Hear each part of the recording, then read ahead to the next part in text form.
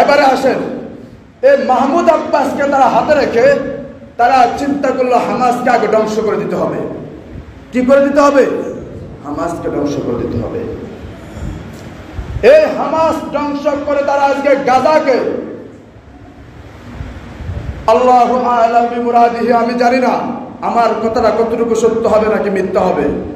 এর জন্য আমি বললাম আল্লাহু আ'লাম বিমুরাদিহি, আল্লাহ ভালো জানেন।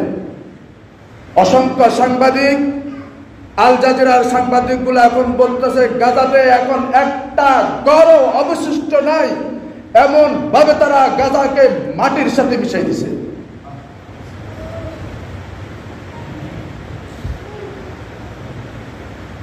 এই ধ্বংসের পিছনে আমার আর আপনার কোনো অবদান নাই মনে হয়, কথা কয় না?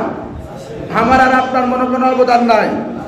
আরে আমার আর আপনার অবদান কত বেশি, কত বেশি, এই কথা আসলে তো আপনি আমি অবাক হয়ে যাব। আমরা তাদেরকে অর্থনৈতিক যে পরিমাণ সাপোর্ট দিচ্ছি, আমার আর আপনার টাকা দিয়ে, আমার আর আপনার টাকা দিয়ে তারা অস্ত্র কিনে সেই অস্ত্র দিয়ে আমার ভাইয়ের বুক যাত্রা করে দিচ্ছে।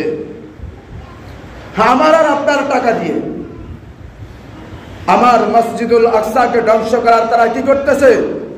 ভাই তারা করতেছে। সম্মানিত হাজিরিন, এখনই প্রস্তুত হতে হবে। আমরা আজকের মূল ভূমিকায় কয়েকটি কথা বললাম, শুধু একটা হাদিস বলে আজকের আলোচনা শেষ করে দেবে। একটা হাদিস বলে, আন আবি যর রাদিয়াল্লাহু তাআলা আনহু,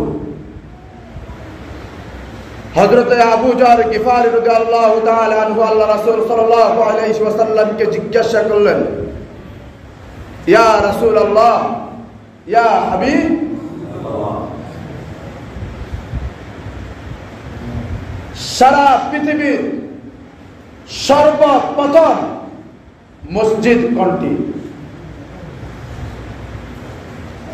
আল্লাহ পাক রব্বুল আলামিনের হাবিব মুহাম্মদ আরবি সাল্লাল্লাহু আলাইহি ওয়াসাল্লাম উত্তর দিলেন,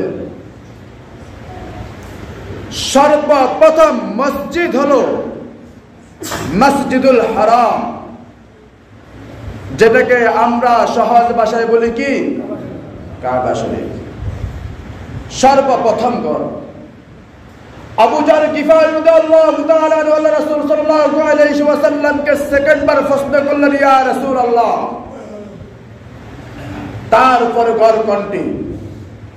আল্লাহ রাসূল সাল্লাল্লাহু আলাইহি ওয়াসাল্লাম উত্তর দিলেন, বাইতুল মুকাদ্দাস, মসজিদুল আকসা। আবু যর গিফারি রাদিয়াল্লাহু তাআলা আল্লাহ রাসূল সাল্লাল্লাহু আলাইহি ওয়াসাল্লামকে জিজ্ঞাসা করলেন, ইয়া রাসূলুল্লাহ, ইয়া হাবিবাল্লাহ,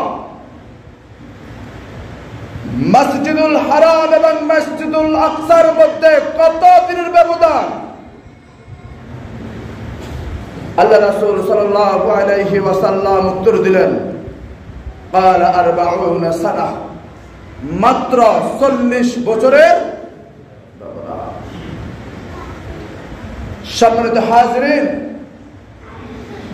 এই মসজিদুল আকসা হবে মুসলমানদের